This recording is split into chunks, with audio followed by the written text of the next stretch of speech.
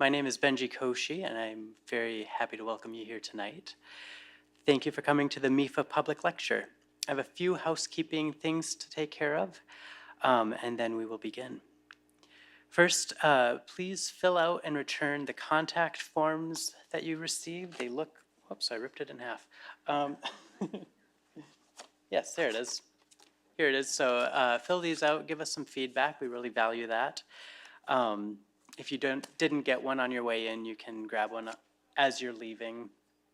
There are pens, you can fill that out as well. Second, there is a QR code on here. That will take you to our giving page. We love bringing you these lectures, and we can't do it without your help, so please give generously. And finally, after Dr. Scarlata's talk, there will be some time for questions. So just flag down somebody with a microphone, and you can ask your question. Now, please welcome to the stage Professor Evan Skillman.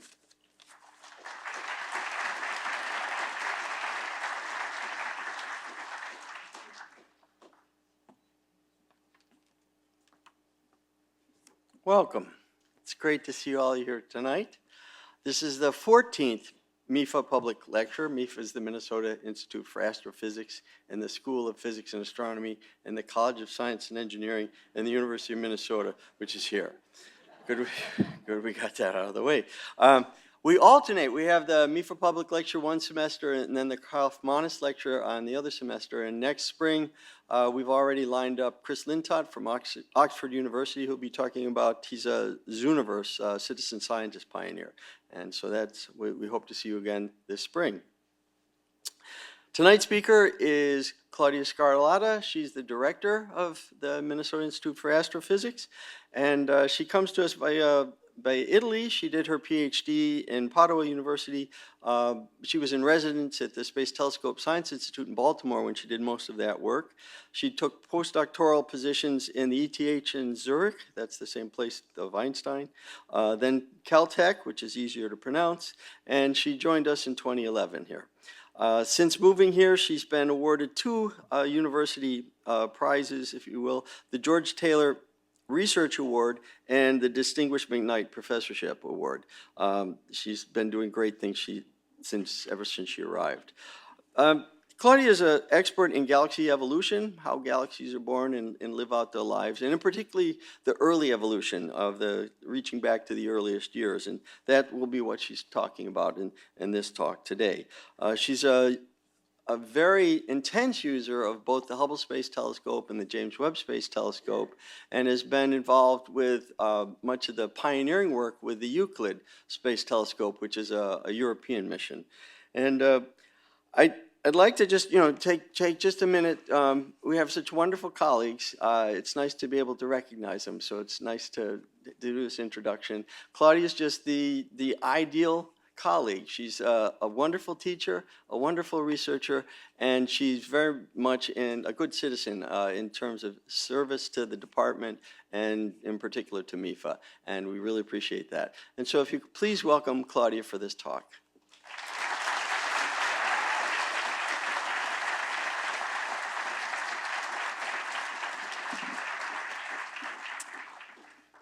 Okay, I have to set up just a second. I should have done that earlier. Thank you, Evan. Thank you, everybody, for being here. I am assuming you cannot hear me yet, right? Okay, good. So then I don't need this microphone, right? Okay. Right. Thank you again, Evan, for the nice introduction. This is the title of my talk, How the First Galaxies Lifted the Veil of Cosmic Fog. It's a little bit of a dramatic talk title that I chose there, and my husband gave me a hard time about it. But the idea behind the title and the talk, I hope, is actually easy, it's not too bad. We think of space as transparent, right? There are stars out there, they shine, they emit light. This light eventually reaches us, and we see these stars. In the early universe, unfortunately, or however, It wasn't that way. There was this fog, this medium, this neutral hydrogen that was absorbing the radiation, some of the radiation coming from these early galaxies. And so we think of it as a fog. And so a fog that has to be lifted. So what lifted this fog, as you've guessed from the title, is going to be the first galaxies. So what we're going to do today, we are going to explore how we learned about these early galaxies, how we learned about this period, and I'm going to tell you about some open questions that still remain. But before we do that, I want to start closer to home. How many of you recognize this place? This is a picture taken at the Boundary Waters. I'm not Minnesotan enough to have been there myself, but I know it's a beautiful place. It was recognized as the largest dark sky sanctuary 5 years ago. And if you have been there, you know that this is one of the few places where you can actually see the Milky Way with your naked eye, right? And so if you look carefully, right here, we are in the center of the Milky Way. This is how our own galaxy looks in the sky, right? So the Milky Way center is somewhere around there. And the Milky Way center is at the distance of 26,000 light years from now, which means because light takes a long time to get to us. In fact, it takes 26,000 years to get to us. And so this is a 26,000-year-old snapshot of the Milky Way center, if you want. So to understand what that means, let's reverse the perspective. Let's imagine now an alien on a planet with a very powerful telescope that is looking back at us in Minnesota. What is he going to see? Is he going to see the land of the 10,000 lakes? Probably not. He's going to see the land of the 10,000 glaciers, because back then, the Earth was during the Middle Age. So the point I'm trying to make with this slide is that astronomers, as they look into the outer space, they are looking back in time. So with the Milky Way, we are able to reach 26,000 years in the past. By looking at distant galaxies, we are able to see billions of years in the past, when the veil, when this fog was still around. So to understand where this fog is coming from, we need to just zoom out now and look into the overall history of the universe. So I recognize many familiar faces here that are kind of aficionados to our lectures. So you were probably here when Professor Keith Olives told us everything about the early universe, the very early universe. And perhaps you were also here when Professor Kaufmanis, during the Kaufmanis lecture, when Professor Shapley told us everything about this part of the universe, the formation of the galaxies like a Milky Way, our own sun, 5 billion years ago or so. But today I want to focus on this portion of the history of the universe. This is going to be the first billion year after the Big Bang. So this picture here summarizes what we know about the history of the universe. Today we are here. This is the James Webb Space Telescope. You recognize it, of course. This is the local universe. Time goes this way. Here's the early universe, the Big Bang. We now understand that the universe started with the Big Bang about 13.8 billion years ago. Started as a very hot and dense place and expanded, and it has been expanding ever since. So after the Big Bang, as I said, the universe was hot, dense, and it was in a state that we call plasma.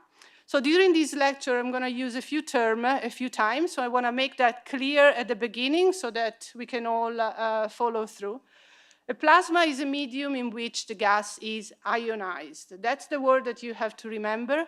Ionized means that electrons and protons are not bound together. So in my little cartoon here, the protons are the red circles, the electrons are the blue circles, and they are free to move around. It's all very hot, so they're going very fast. And the issue with this configuration of the early universe is that photons can't quite make it through. they bounce around many times, and they are not able to reach us, the observer. So the universe expands, and as it expands, it cools off. As the temperature within the universe decreases, as it cools, then now we are able to bind together hydrogen to form the full hydrogen atom in its neutral form. And now you can see this is the other symbol that I want you to pay attention to. This will represent neutral hydrogen gas, where the electron is bound to its proton. So we went from a phase of a fully ionized universe to a fully neutral universe, and oops, what did I do? Oh, sorry, my bad. Okay, so we went from a fully ionized to fully neutral here, and this is a very quick transition. It happened only about 400,000 years after the Big Bang. So to give you an idea of that scale, if the average age here in this room is 50-year-old, and if you're younger, just divide everything by 2. But if your age is 50, then this transition happened only 10 hours after you were born, okay? So it's a very quick transition during the age of the universe. Why is this important? It's important because now we don't have all of these free particles, electric charged particles moving around, and so photons are finally able to run free and then reach the observer. And because we can see them, this is in fact the first picture of the universe. This is a cosmic microwave background. And if you were here for Professor Pryke's lecture, you learned all about the cosmic microwave background as well. So you're all experts by now of the entire universe. So what happened after this phase, after this first picture? Well, this happened. So this slide was on purpose. I just skipped ahead. So darkness happened. But what do I mean by that? The point is that at that time, there were no stars, there were no galaxies, and the universe was only filled with this fog, with this gas of neutral hydrogen. It was a diffuse gas, and the universe was very cold, and it contained neutral hydrogen and dark matter, which is invisible. As you can see, there were some fluctuations in the density of the distribution of gas. Like right now in this room, there are some parts of the rooms where people are more crowded together, some parts where there are fewer people. And in these parts where the density was higher, gravity was stronger than the expansion of the universe. So this region started to contract.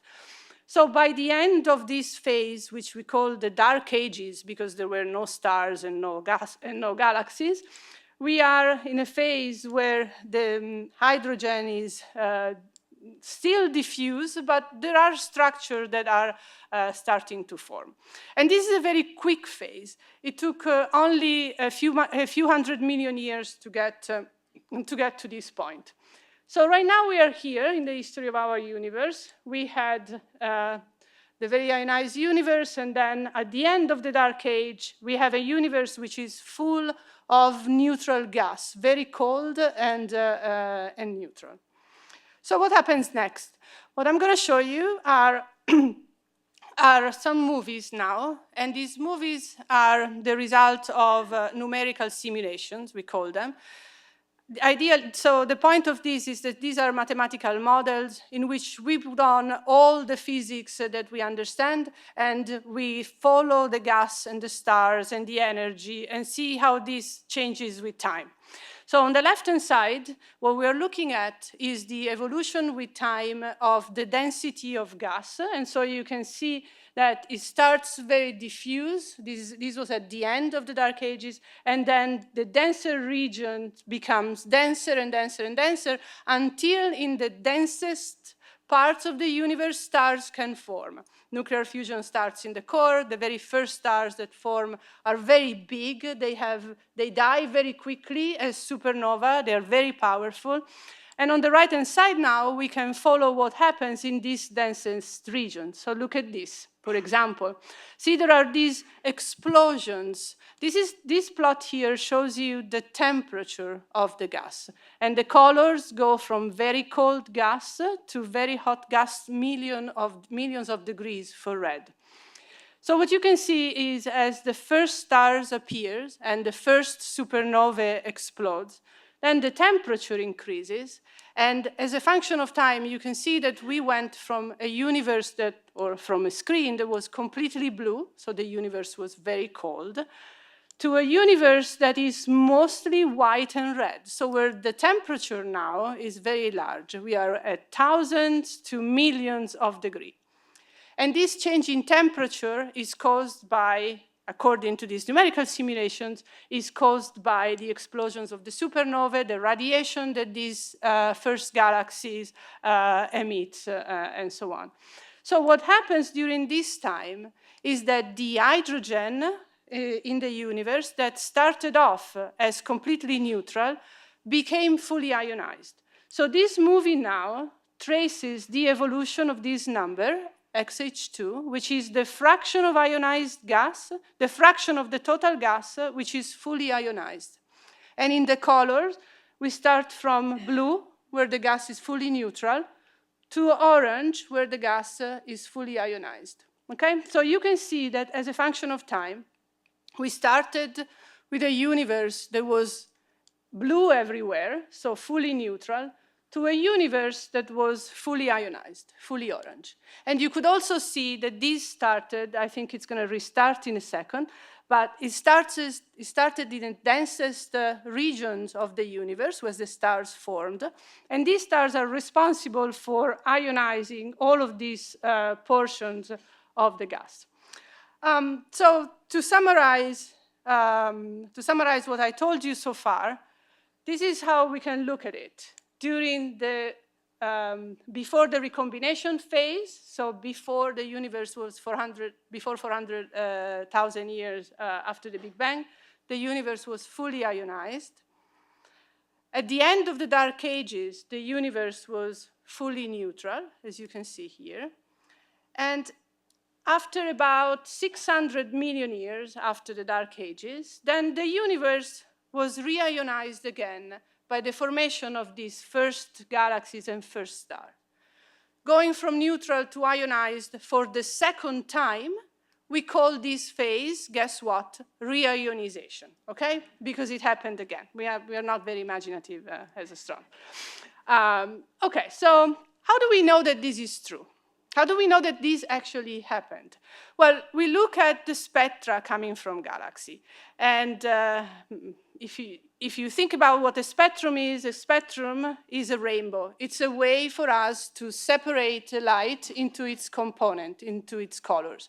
So if we take spectra of galaxies somewhere around here, and we look at them, we see all of the colors from red to the ultraviolet. But as we push back in time, closer and closer to this reionization epoch and past that, what we see is that there are photons that are missing. What we see in particular is that the ultraviolet light below 13.6 electron volts, but never mind that, the ultraviolet high energy photons are missing. This is because there is a lot of neutral hydrogen in the gas in the universe that is absorbing this particular part of the electromagnetic spectrum. Okay, so we know this change of phase happened. We know we went from ionized, neutral, and ionized again.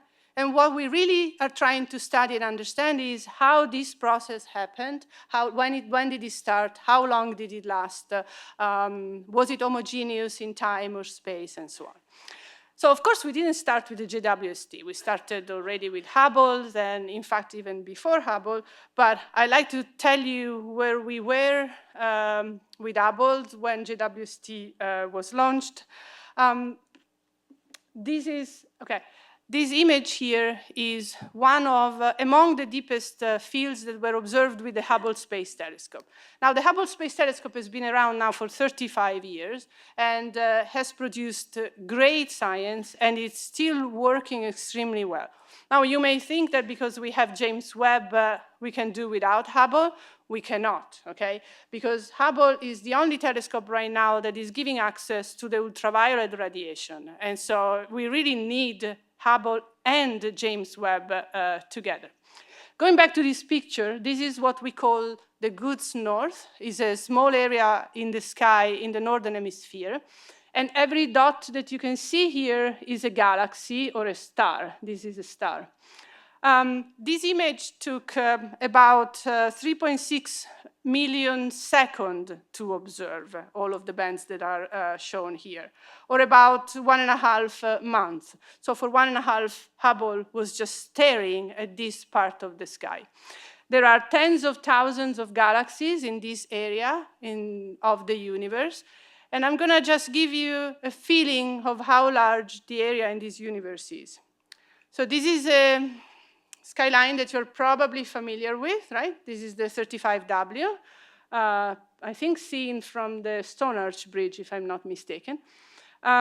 This is the full moon, okay? So let's zoom in on the full moon now. You have a feeling of how big the full moon is on the sky, okay? And this is how big that region of the sky that included 10,000 sources is when you look at it compared to the full moon. So it's less than a third of the size of the full moon and includes tens of thousands of galaxies.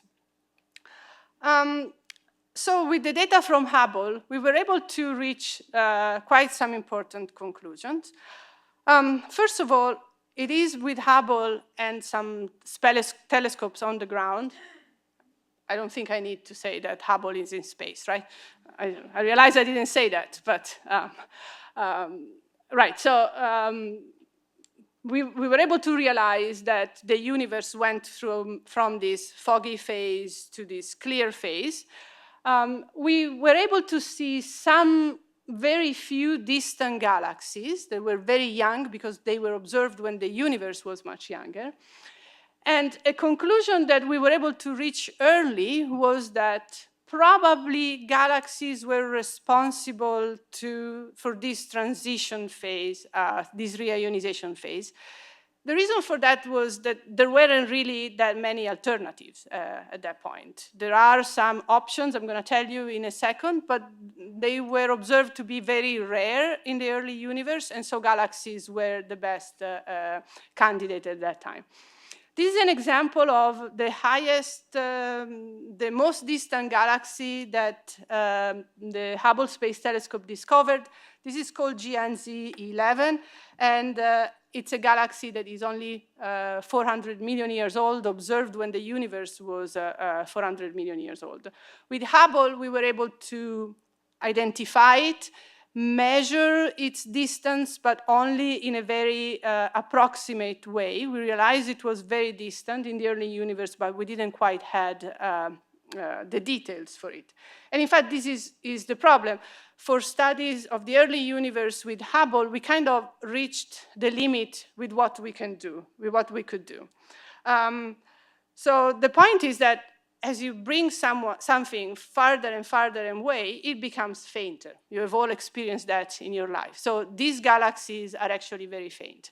To give you an idea, the faintest galaxies that James Webb is able to see, to give you to make a, well, it is as if we were observing a firefly on the surface of the moon, okay? If we were able to see that with our naked eye, these are the kind of galaxies that James Webb allowed us to see for reference. So with Hubble, then, we could find a few of them, but they were the brightest, the rarest. So we couldn't really tell how many of these objects there were out there in the universe. But most importantly, you know, yes, we could find this pretty red blob, but there wasn't really much else that we could do with it. We needed a new pair of glasses. That's the point. That's why we started thinking about the James Webb Space Telescope. To understand why we needed James Webb and why we built it the way we did, we need to understand what happens to light as the universe expands and objects are observed farther and farther away in the universe. So this figure here shows you a spectrum of the galaxy. On the vertical axis here, we have the intensity of light, and we have it as a function of the wavelength of light. You can think of it as the color of light. So we have purple, blue, green, orange, red going to the right. Okay, so lights become redder and redder as you go toward the right of this plot. And these white lines shows how the intensity of light changes for a galaxy at a given distance. I'm now going to start a movie that shows how this light changes as the object is moved farther and farther away from us. Because of the expansion of the universe continues expanding, right, since the Big Bang. And because of that, the wavelengths get stretched. As my Astro 101 students know, as the wavelength gets stretched, it becomes redder. And so the object becomes redder and redder as it's moved at higher and larger distances. So you see right at this point here, the object had reached the distance corresponding to a universe that was only a few 100 million years old. So what happens in that case if we go and take a picture of that galaxy? Well, this is what we see. We would see the object only in the reddest band, and the object would disappear completely from the bluest band. And this was the issue. Well, this was the problem with Hubble. Hubble wasn't optimized to go after the most distant galaxies in the universe. It was optimized to find the details in the galaxy, to look at the ultraviolet, to look at the optical, but not at the right coming in the infrared for this reddest band. And so on Christmas, in 2021, astronomers got the best Christmas present ever. We got the James Webb Space Telescope, which is depicted here. This is just an artist's impression of the telescope. The mirror is here, and you can see it's a segmented mirror. There are 18 segments that make up the large 6.5 meter diameter mirror. And the instruments are on this side of the mirror, and the telescope is built with these huge shields that protect it from the radiation and the heat coming from the sun. So why do we need that? Well, we need that because the instrument, the telescope itself, is optimized to detect infrared radiation. So the instruments itself have to be kept at a temperature that is very low, very cold, to a temperature less than 50 degrees above absolute zero. So why do we need to minimize the temperature of the instrument? We did that because we need to minimize the noise that the instrument produced. The heat produces noise. To make you understand what that means, earlier on, when the lecture hadn't started, the room, there was a certain noise inside the room, right? So if you were on that side of the room, you could not hear what was being said on this side of the room, right? Because there was noise. But if I had told you, shut up, and this person didn't obey, then you would have been able to hear them just because the noise had dropped. So this is why we need this screen. We need these shields because we are protecting the instrument from the solar radiation that would heat them up and cause some noise. This noise that then would have prevented us from looking at very faint objects. So the reason, why is it segmented and why is it covered in gold? It's covered in gold because, again, gold is very good. It's the optimal coating to work in the infrared. And the segmented part, it's because we learned our lessons. Some of you may remember that with Hubble, we shipped it out there and oops, we found that it needed glasses, right? So with James Webb, so we had to send a shuttle up there to change the optics, to fix it, let's say. With James Webb, we couldn't do that because James Webb is located at many miles away. So there's not going to be a servicing mission to James Webb for now. And so we needed to be ready if something went wrong during launch, or you never know, right? And so the mirrors are segmented for two reasons. One is because we needed to fold the actual telescope to be able to launch it, but also because it's easier to change the shape of the mirror if we need to correct for something. We can focus the telescopes much better, and we can intervene on the spot if there were issues. And I think I've said everything I wanted to say about this light. It's working extremely well. It's been producing images that are changing our lives every day. One of the first images that was released is this one. And here you can see a comparison between how this region of the sky looks on the left with the James Webb Space Telescope, and on the right with the Hubble Space Telescope. First thing to notice is how long it took for these images to be made. For JWST, it only had to keep its shutter open for 12.5 hours. For Hubble, it took 2 weeks to observe this region of the sky. And why do we need a lot of time to look at faint sources?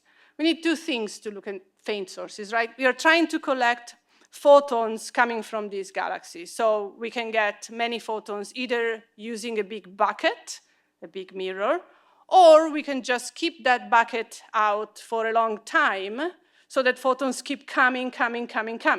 And so this is the difference between the 2 weeks need for the Hubble Space Telescope and the 12.5 hours for James Webb Space Telescope. The 2.5 mirror that Hubble has, needs 2 weeks to collect the same amount of photons that JWST can collect in 12.5 hours.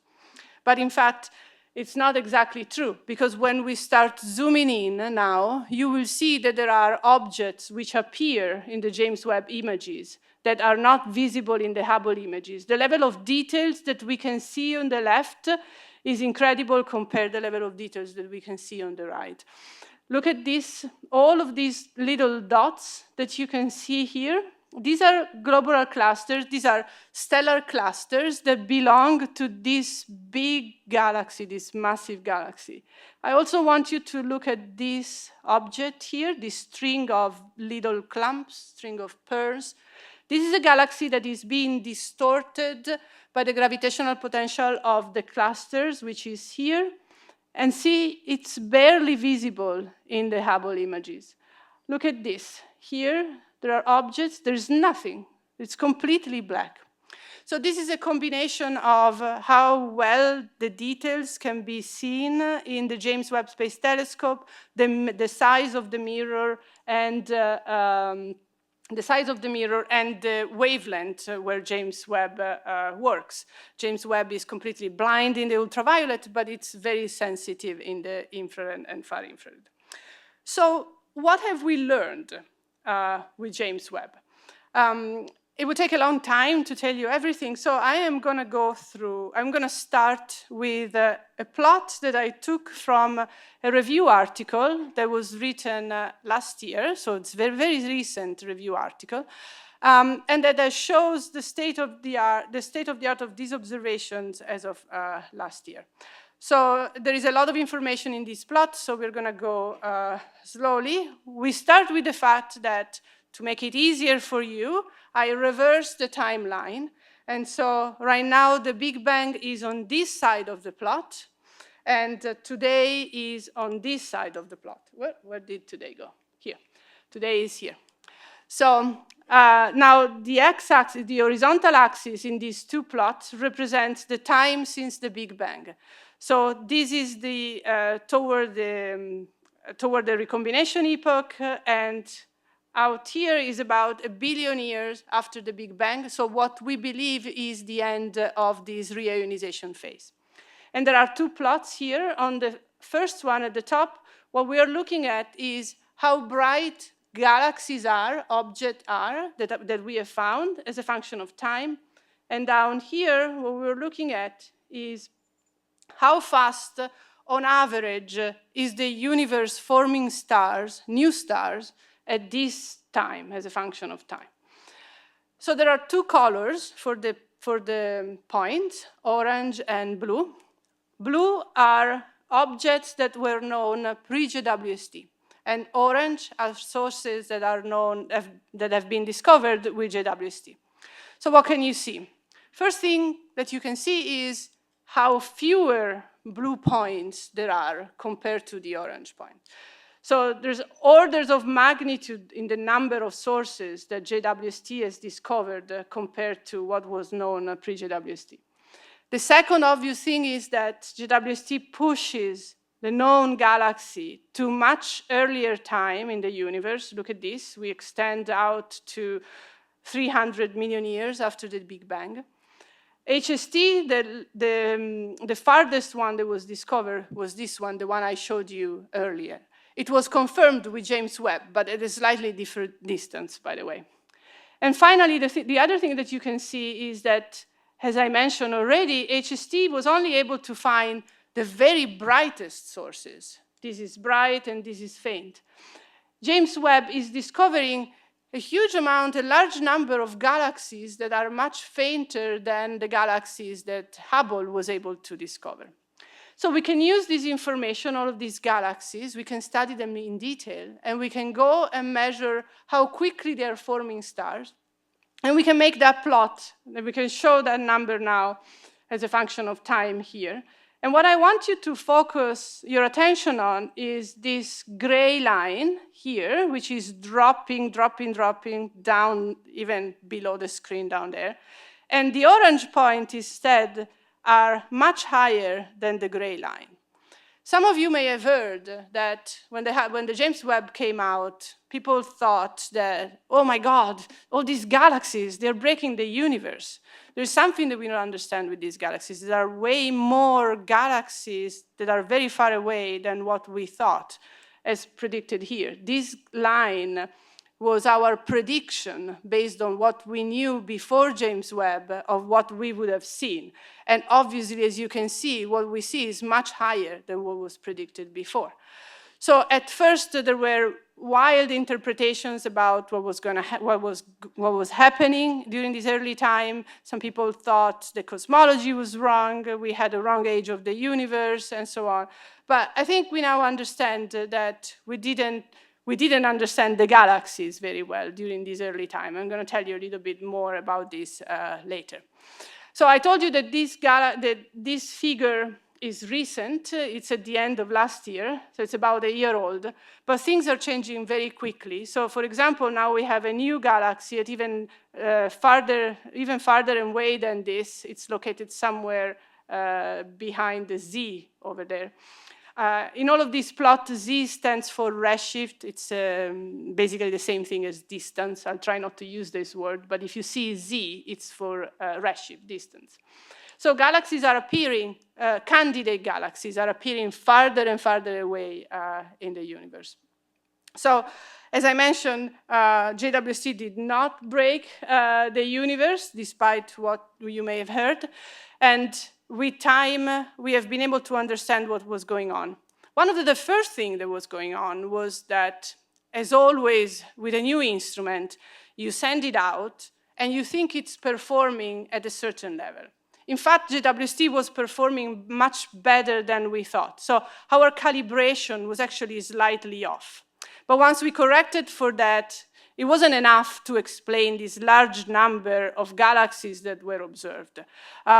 We needed to understand a little bit more. So we went off and we looked at the spectra of galaxies. So this is one example from a student here. This is the luminosity as a function of wavelength again.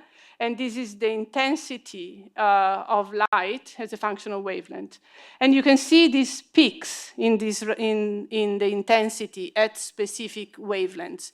Those peaks, we can use the intensity of those peaks to study things like how quickly the gas is being turned into stars, how efficient these galaxies are in producing and emitting the radiation that is then going to ionize the hydrogen.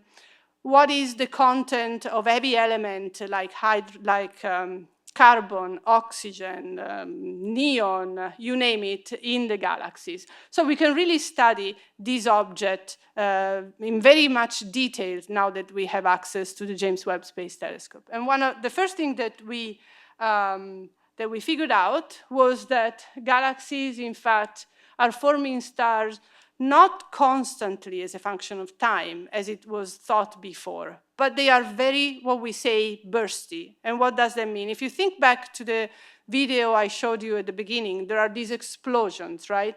At first, we thought this explosion would be balanced by the gas that is still collapsing, and so overall the star formation would be constant. Now we understand instead that these bursts were very strong, much stronger than we thought, and they could stop the star formation for a while. But in this very strong burst phase, these galaxies are much brighter than we thought, and so we are able to pick them up more easily with the telescope. And so this was the reason why we were observing so many more galaxies compared to what we had predicted. We have learned that galaxies are extremely compact, much more compact than galaxies of similar stellar masses today. And, thinking about it, that should not have been a surprise, but you never know until you go out and observe it. Everything was denser in the universe back then. I told you the universe has been expanding, so it must have been denser earlier on. But that was a surprise. And we also, and as I said, we also realized that galaxies, studying these lines, one of the things that we learned was that galaxies were much more efficient than expected in ionizing the neutral gas.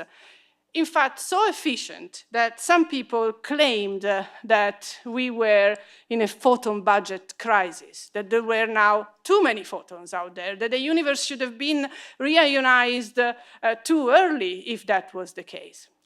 So we still don't know exactly what it is, but to complicate the issue further, JWST also discovered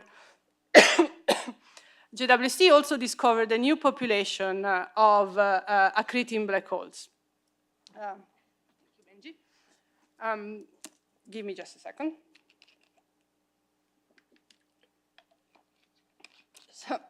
So what are accreting black holes, or active galactic nuclei? These are, black holes are known. We have one in our own Milky Way, right? When you have a black hole and there is some gas around it, some of this gas is able to fall on the black hole and be extremely luminous in the process of being accreted. It produces this large amount of energy, specifically these photons that we need to ionize the hydrogen.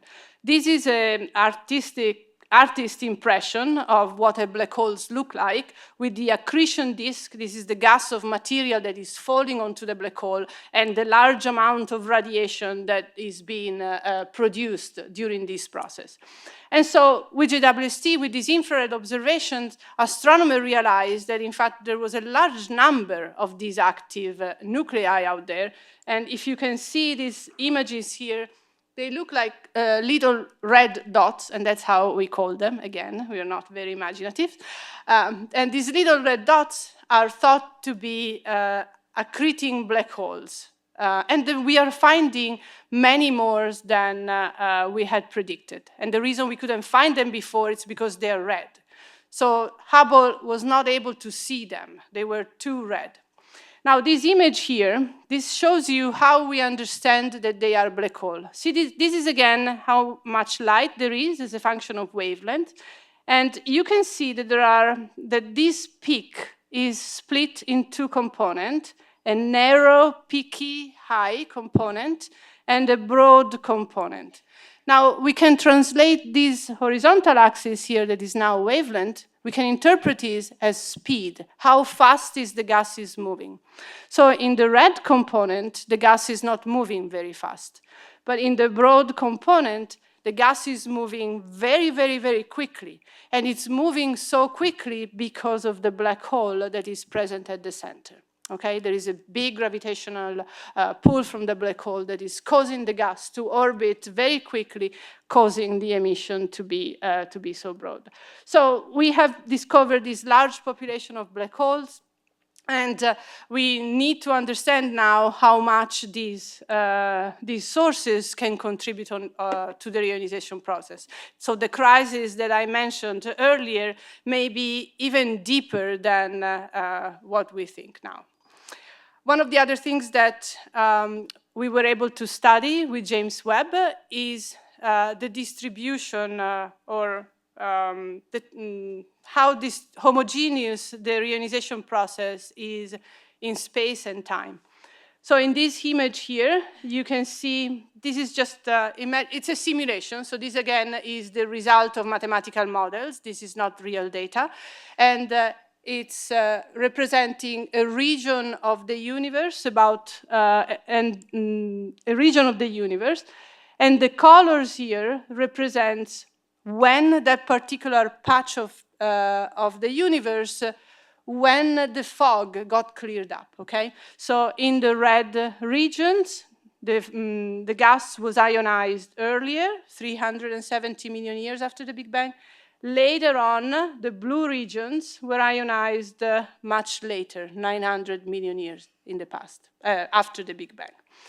So what you can see from this picture is that the process was highly inhomogeneous. It started early in some region, and it continued to much later time in other regions.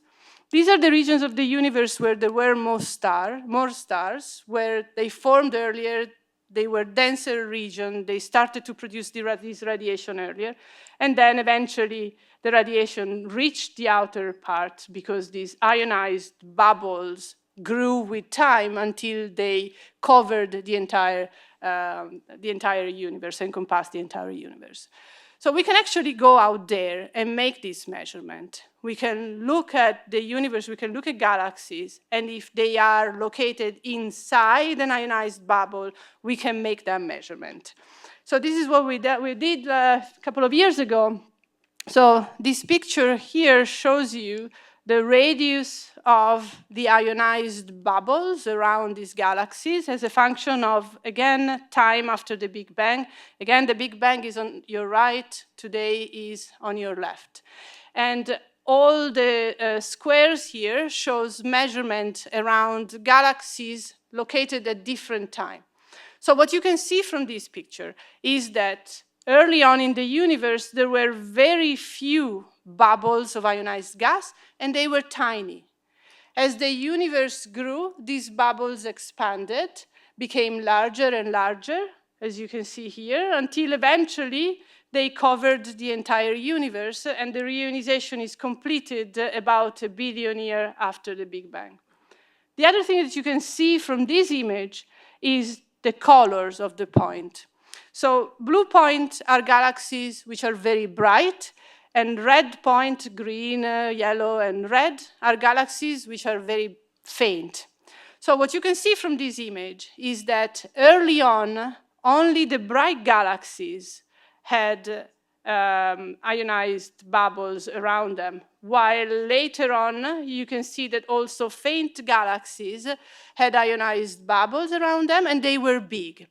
So probably what we are seeing here, the very faint object, was just a galaxy that by chance was found in an ionized bubble, in a bubble ionized by another object nearby. There is this idea that these bubbles are becoming bigger and bigger and covering more and more galaxies.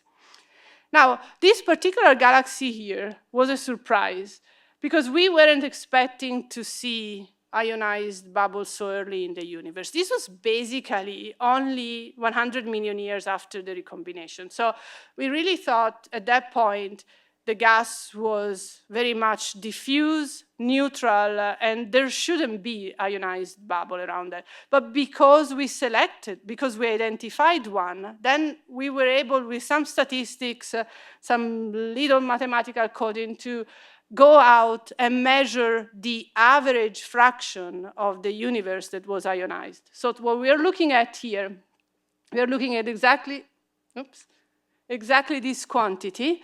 So we have XH1, which now is the fraction of the universe which is neutral. How much of the universe is neutral compared to the entire universe?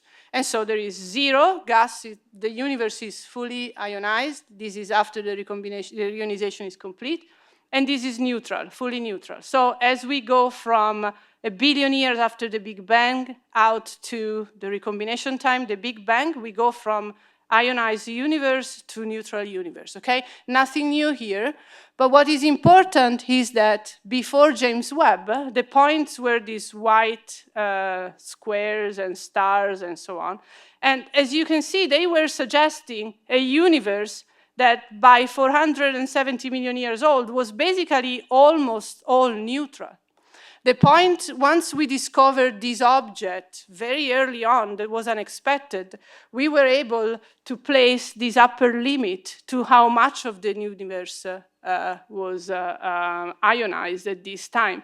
And so we were able to say, well, wait a minute.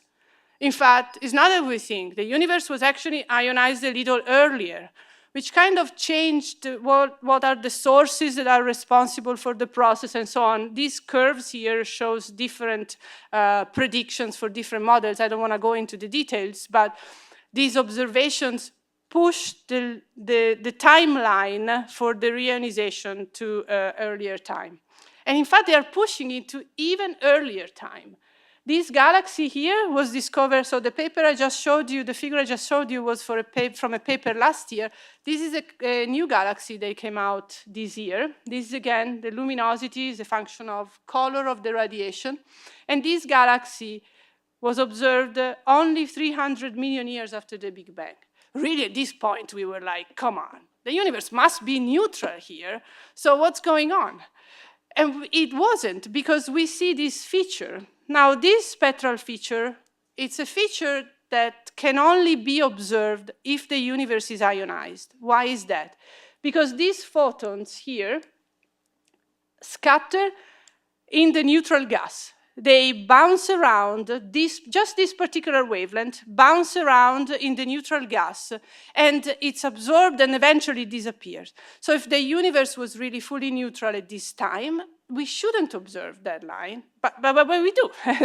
So there's really nothing we can do. So the universe must have started the reionization much earlier than we thought. I don't think we have the answer yet, because every time there are new observations, there are these galaxies farther and farther away that are seen, and that are challenging the interpretation that we just published a couple of months earlier. So there are more open questions than when I started this talk, to be honest with you. JWST did open this window into the reionization era, but as I said, there are new questions that we have now that we didn't have before. For example, when did the early first galaxies started? I told you we are pushing this every time there is a new paper out, and every time there is a highest redshift galaxy is a big deal. Which objects are responsible to producing this light that lift this veil of fog? We don't know. We thought they were galaxies because we believed there wouldn't be enough accreting black holes out there. But in fact, it turns out that perhaps we weren't right. All these black holes are coming up everywhere. So maybe they helped, and maybe we are in a crisis, or maybe there is something that we don't understand in the way the radiation reaches the medium. And also, how smooth or patchy spatially this transition across the sky happens. One of the things that I kind of didn't tell you is that with the radiation that we can see with James Webb, we can only see ionized bubble. Of course, then that's what we see, right? It's like looking for your keys under the post lamp when you lost them. If you can only find them there, that's what you're going to find. So the radiations that Hubble, the James Webb gives us is really sensitive to the presence of this ionized gas. So we need to do something else. And so the future for this field is actually bright. First of all, we have enough propellant on James Webb for it to last another 15 years. So this is great. It wasn't planned to be that way, so we're quite happy about it. But James Webb only gives us tiny small regions in the sky, and in those regions we can really study the hell out of it, every detail. But we need more, because to study, to understand the spatial distribution of this process, we need to cover larger area. And so we have a new telescope that is coming online, the Roman Space Telescope, that is going to be launched by 2027, should be on track. And this picture here shows you the comparison between the field of view of Hubble, of the Wi-Fi camera 3 on the Hubble Space Telescope, which is very similar to one of the instruments on James Webb for field of view size, compared to the field of view of the Roman Space Telescope. The Roman Space Telescope is optimized to observe in the infrared, similar to James Webb, not quite the same. But the field of view is much larger. And the size of these ionized bubbles in the sky, I haven't told you how big they are, but they are actually pretty big, of the order of the size of the Roman Space Telescope. So really, to map these ionized regions, we need to be able to see this large field of view. For Hubble, it would take 1.5 years to match what Roman will see in just one day. So we are really looking forward for this new telescope in a year from now. There is also a huge effort, huge investment in the next generation of telescope from the ground. So this is a rendering of the extreme large telescope in Chile. This is the European version. The Americans, we also have our own that is coming up, and they should see the first light by 2030.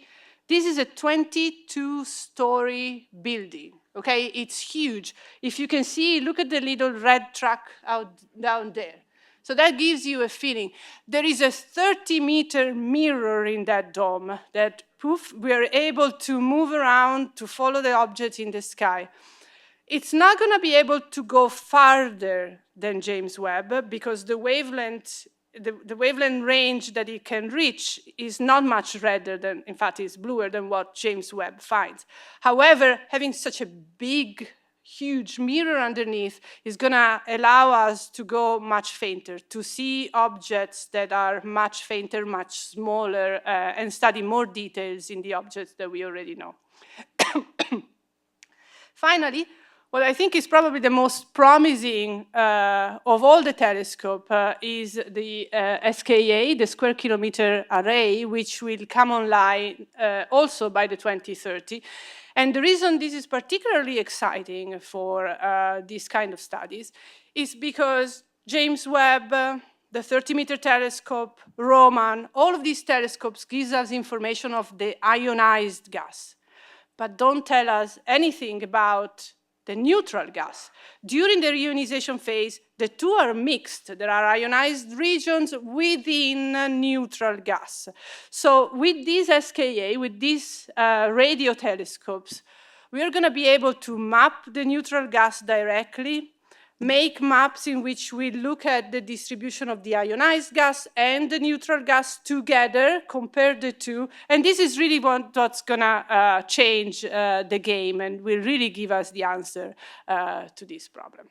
So to conclude, I just want to acknowledge that behind all of these great telescopes, there are actually great people, and the work that I showed you here is all work that is done by students, faculty, and postdoc here at the Minnesota Institute for Astrophysics. And because I'm director of the Institute, I think it's my duty to actually tell you that if you enjoy this kind of events, if you enjoyed the lecture tonight, you can always donate to the Astronomy Fund through that little barcode over there. Thank you very much.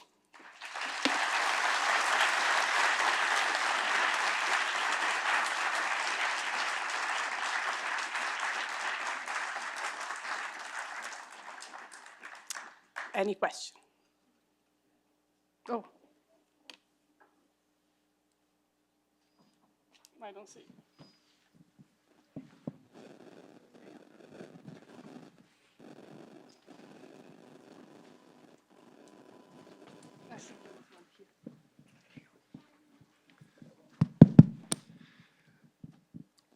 Is the Roman telescope in Earth orbit, or is it going to a Lagrange point? That's a good question. I don't remember right now. Okay.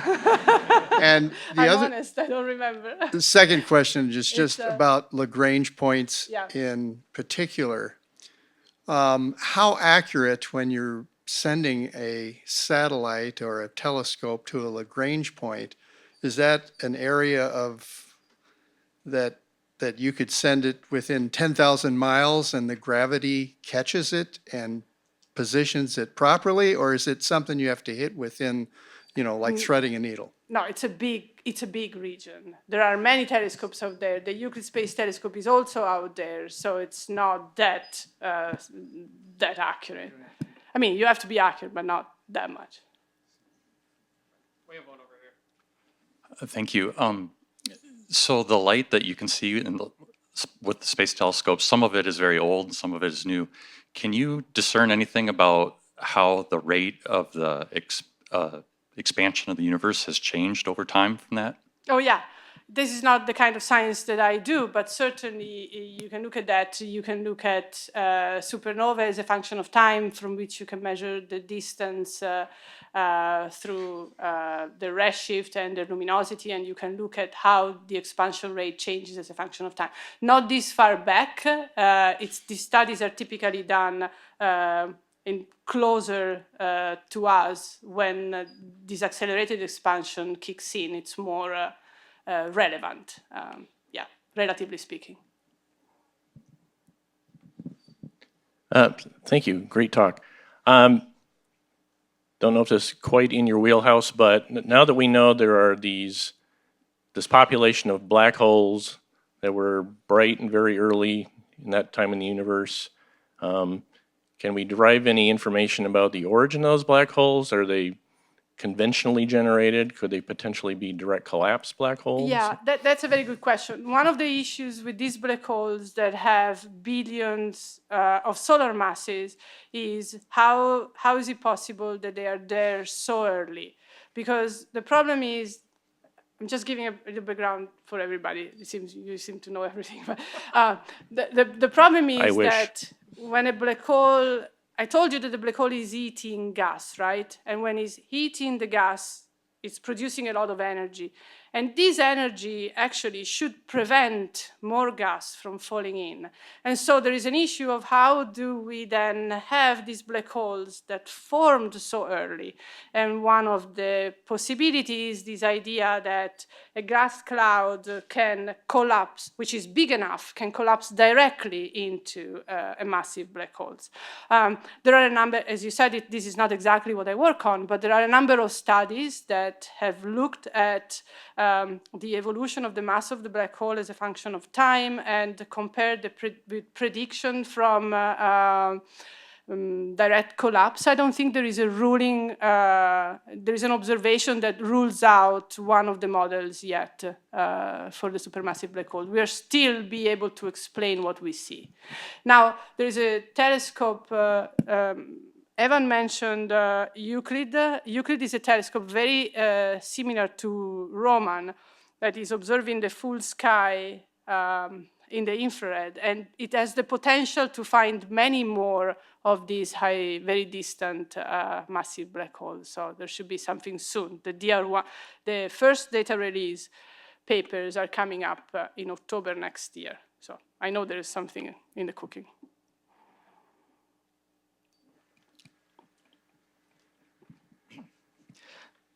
So with this ionization process, is there any relationship or understanding of how it might play into the whole dark energy, dark matter process?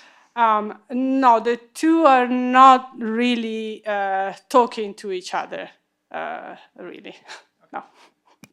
This is mostly baryon physics. It has really nothing to do with dark matter. The dark matter distribution tells you a little bit how early or how late you can form your structures.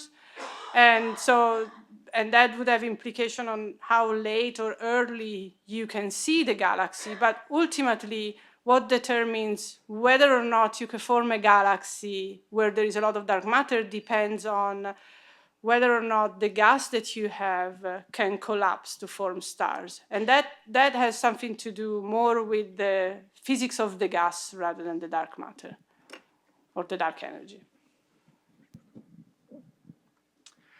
The microwave background, is that in the timeline, is that ionized time before the dark era in your original schematic? I'm trying to understand Yep. where exactly that sits. So the microwave background sits right here at this edge. Okay, got Now, it. we have the expert in the room, so I don't want to say anything bad, but All right, yes, thank you. it's right there. So the microwave background basically is when we went from a fully ionized gas at the beginning into neutral, and then somehow the first galaxies created, reionized the universe again, the gas again. Could you talk a little bit about what it means to be in an ionized universe? I understand we're in an ionized universe now, but I don't think I'm ionized. No, you're not ionized. And I wonder if like you could talk about what percentage of the matter in our current universe is ionized. So most of the gas, so if we look at this timeline here, the gas right here, so the gas that I'm talking about, first of all, is the diffuse gas, which is located between galaxies, among galaxies, okay? So this is the gas that I'm talking about, which is where most of the material actually is, okay? And so there is some ionized gas also inside galaxies, and there is ionized gas, a lot of ionized gas in stars and so on. But as I said, it's mostly in between the galaxies, and it's where most of the gas is. And then you asked something else, which I think it was how we know that it's... Or I guess I was wondering, like, what percentage of the matter in the universe is ionized? Right now, it's the majority. Okay. Right now, it's the majority. Yeah. Yes. How long did those first stars last relative to stars forming today? Okay, that's an extremely good question. We don't have observations to give you a firm numbers. What we know from star formation in normal environments is that more massive stars live a shorter lifetime because they consume their fuel faster. We have reasons to believe that galaxies early on in the universe, when there were no oxygen, carbon, nitrogen, there was only oxygen and helium, we have reasons to believe that those conditions caused the stars to be much, much more massive than the stars that we see today. And accordingly, we think they had a much shorter lifetime of the order of 1 million years. The reason that, they died very quickly. So the point is that when you don't have metals, oxygen, carbons, all of those, we call them metals, when you don't have those, then it's very difficult for the gas to cool and contract. And so everything is slower, and you need more mass to actually form a star and start the ignition in the center. Thank you for the wonderful presentation. Really appreciated it. My question for you is there like an upcoming question or discovery that you're looking forward to being answered, and why? I'm looking forward really the 21 centimeter observations, because so the observations that I've been telling you about, they infer the presence of the neutral gas from lack of detection of some light, right? Here, for example, but only in this region. Right here, we cannot really map the neutral patches. We can only see there is some neutral gas because we don't see radiation, but but there are ambiguities in interpreting those observations because the neutral gas could also be inside the galaxies themselves, okay? Doesn't have to be in the intergalactic medium, in the outer space. The 21 centimeter observations instead, because these are transitions that happens inside neutral hydrogen, and we are able to see it in emission. We are able to map this gas. And so I'm really excited to see those results when they will come out.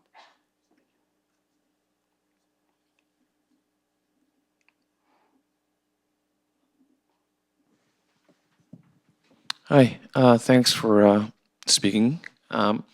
If we were to place a telescope at the first star, to help us understand the rate of expansion of the universe, what would it tell us? And by the same token, what if we took some star like in the middle of our, like at 8 billion years or something? I never thought about it. So you want to put a telescope early on in the universe, during the realization, it would tell us something about the expansion rate of the universe at that time, and we would compare it to our prediction that we have from today. I don't have a very intelligent answer for you, I guess. Yeah, I never thought about it.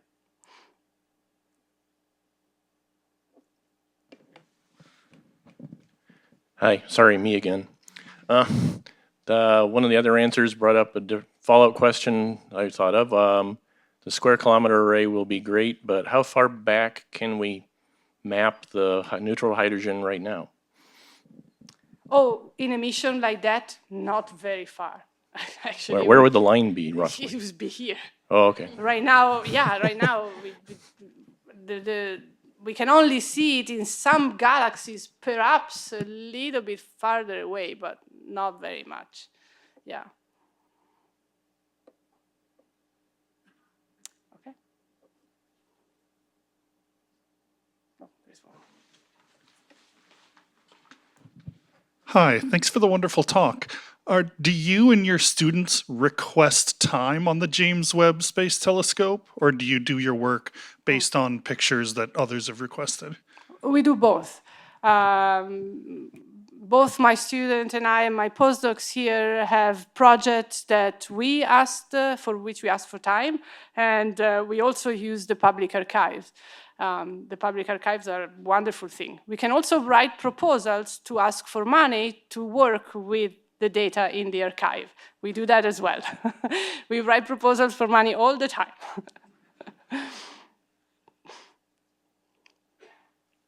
And these are very competitive proposals. You have a plot where one of the axes is the size of ionized bubbles. How are you able to measure that size? Ah, that's a very good question. Let me get there. Okay, so how do we measure this? I told you about these photons that move around in the neutral gas, right?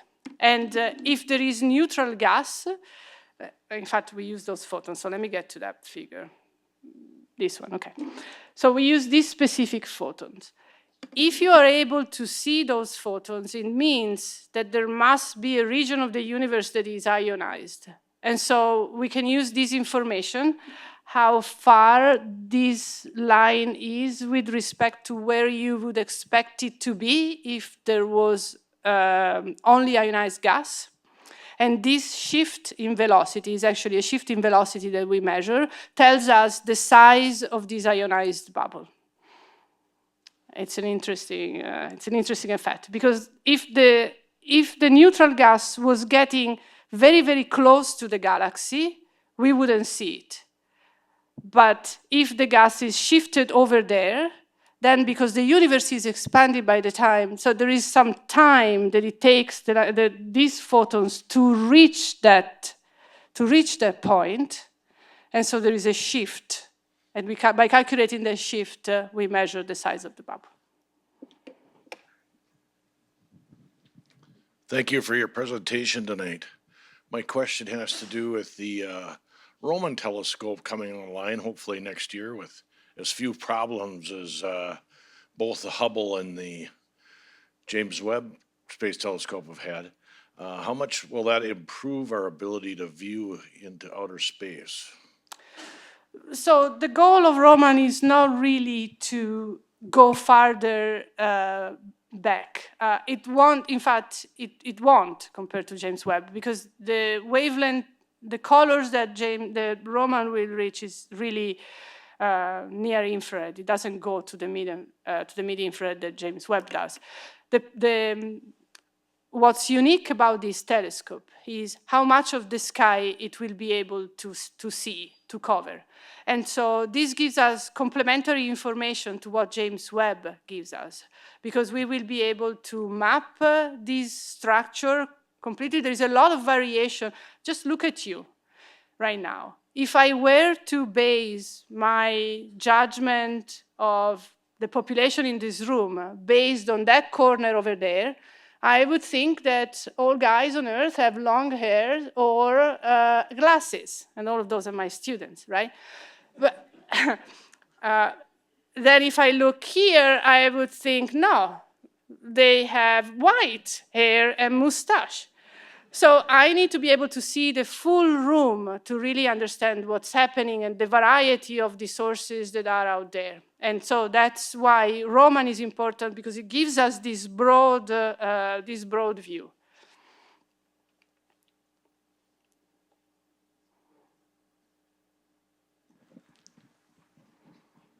Thank you again, as everyone else have. We appreciate this.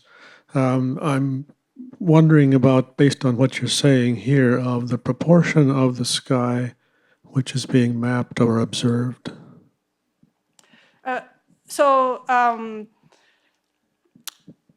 To give you an idea, Hubble probably covered maybe the order of 100 square degrees overall, perhaps if we push it. The extragalactic sky, excluding the Milky Way, which covers a huge chunk of the sky, if we exclude that, the extragalactic sky is 14,000 square degrees.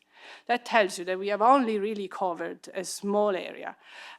Euclid, the mission that I told you about a second ago, in October, will be releasing data for 2,000 square degrees next year. So it's going to be impressive. Euclid is a smaller, slightly smaller mirror than Roman, but it's very similar in specs to Roman.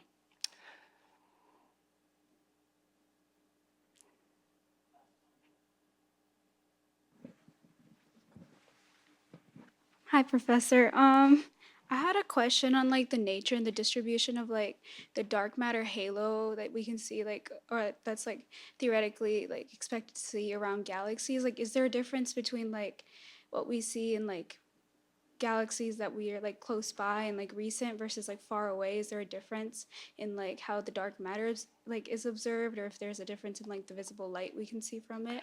Right. So there's a lot to unpack there.